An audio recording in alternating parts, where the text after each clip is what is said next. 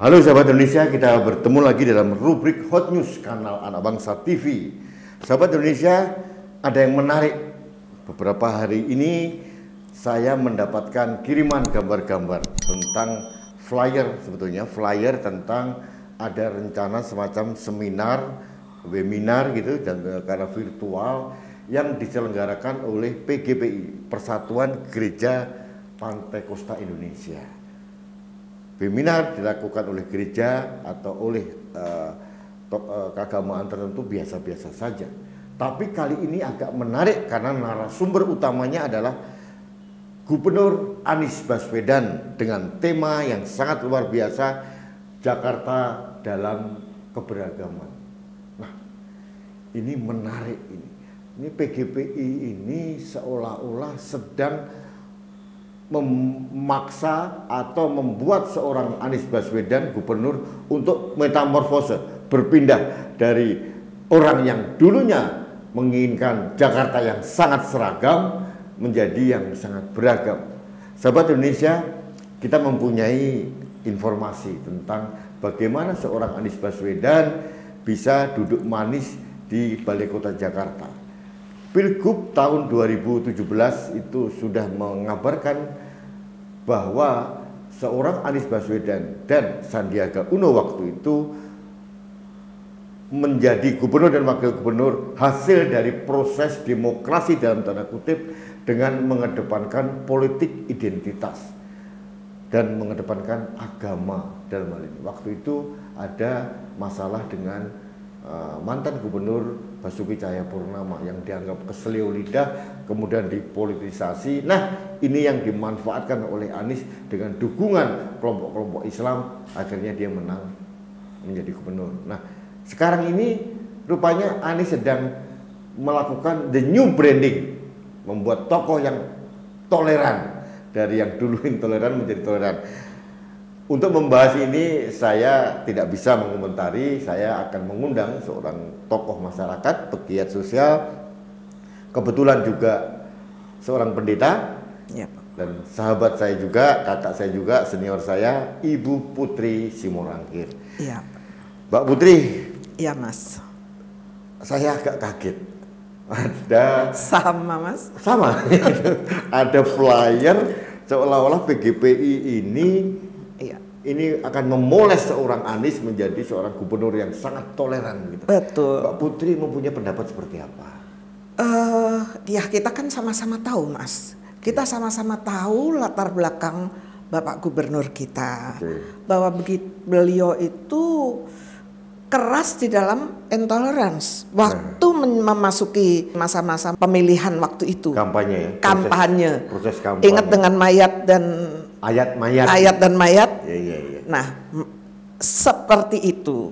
Kemudian dalam perjalanan waktu beliau okelah sudah dengan segala macam yang kita sudah ketahui, beliau duduk sebagai gubernur. Nah, mulai macam-macam di situ kan. Banyak Mas yang kita lihat, banyak yang menyakiti hati kita sebagai masyarakat. Oke, Mbak, kembali yang tadi dan lain-lain. Masalah kegiatan tadi. Di PGPI tiba-tiba mengundang Pak Anies ya. Ya. Apa yang terjadi dengan PGPI sebetulnya? Kalau menurut Mbak Putri? Saya tidak tahu apa yang ada di dalam PGPI secara tepat, tapi bahwa undangan itu mengagetkan, untuk saya mengagetkan. Satu lembaga yang saya hormati, Mas. Ini sangat terhormat. Ada upaya untuk menyelamurkan sejarah gitu. Nah, benar nggak? Saya merasa seperti itu. Kayak saya kebetulan Islam gitu. Iya. Yang Kristen dan satu barisan dengan kelompok PGPI ya. Betul.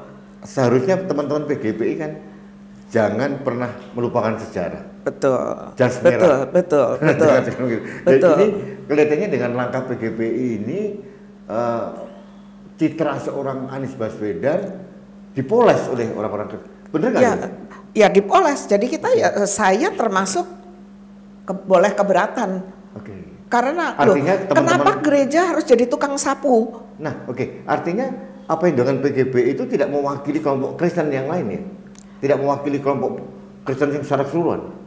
Saya merasa tidak, tapi saya mau kembali, tetap saya mau kembali berbicara bahwa satu lembaga yang sangat terhormat, satu lembaga itu kan gereja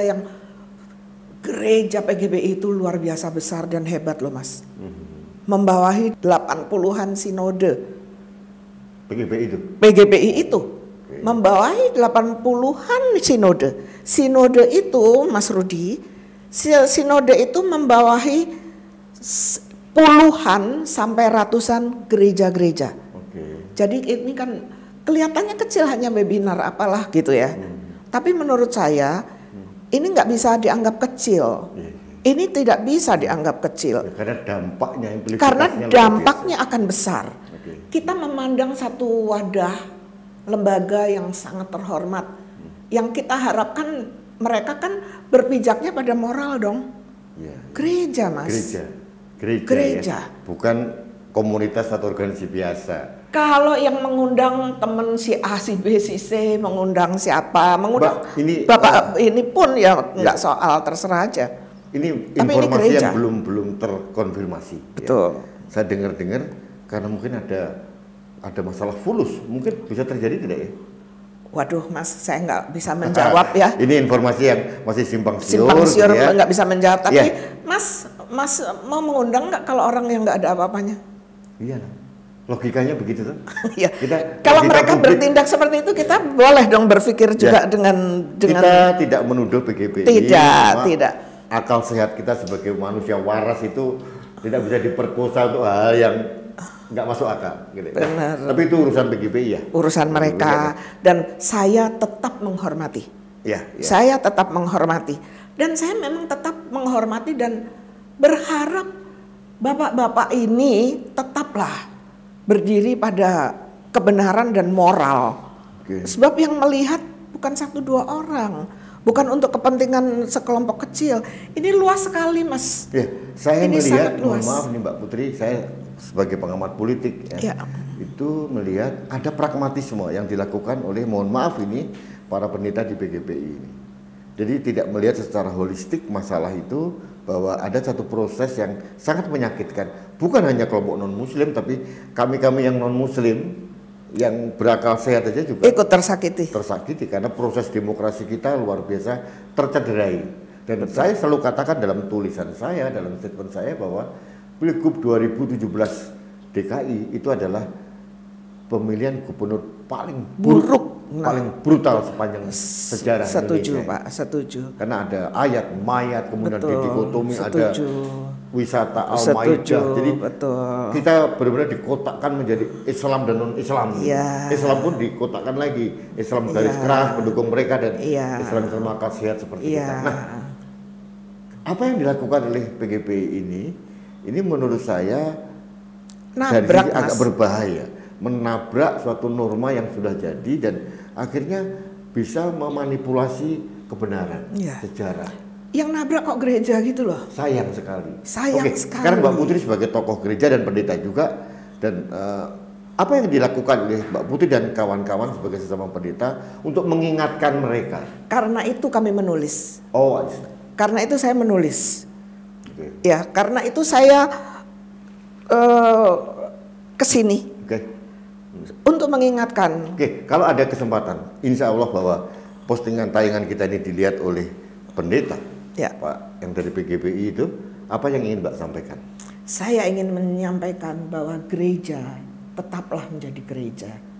Kalau kita hanya masalah-masalah kecil, enggak masalah. Kita dianiaya udah biasa.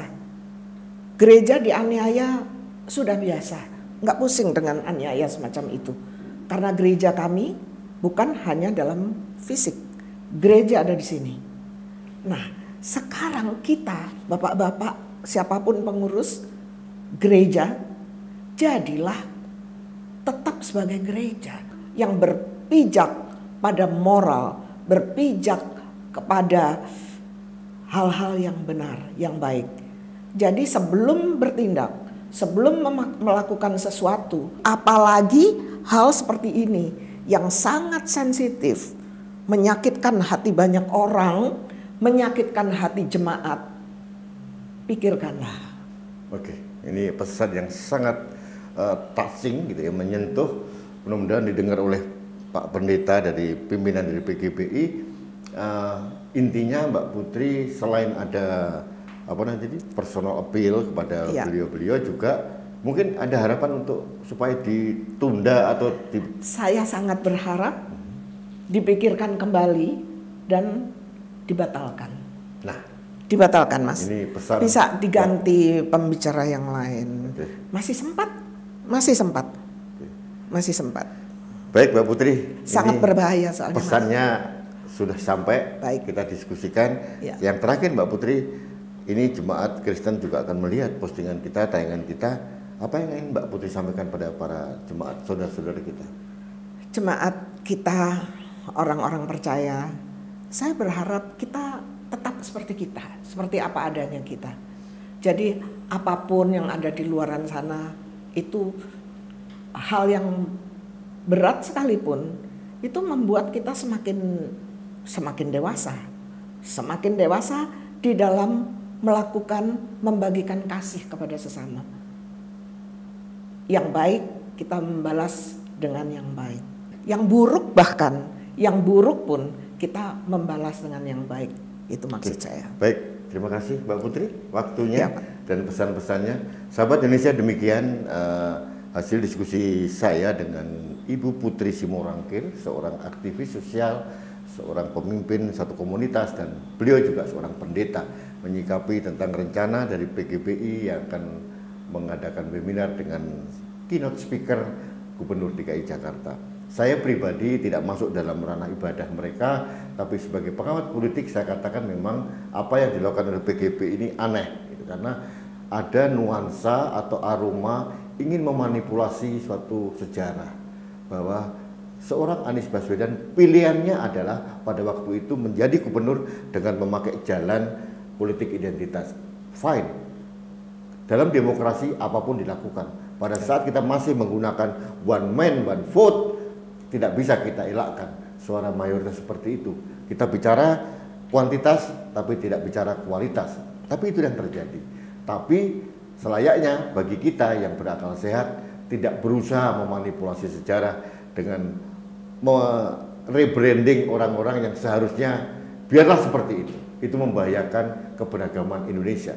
Dan menurut saya justru akan bertolak belakang dengan tema dari webinar yang dilakukan, Jakarta dalam Keberagaman, tapi tokohnya adalah orang yang anti keberagaman. Anti keberagaman. Ya. Keberpihakan, Mas. Keberpihakan, ya. Baik, Mbak Putri, matur suwun, ya, terima kasih. Sama-sama. Sahabat Indonesia, kita bertemu lagi dalam rubrik Hot News berikutnya. Sampai jumpa.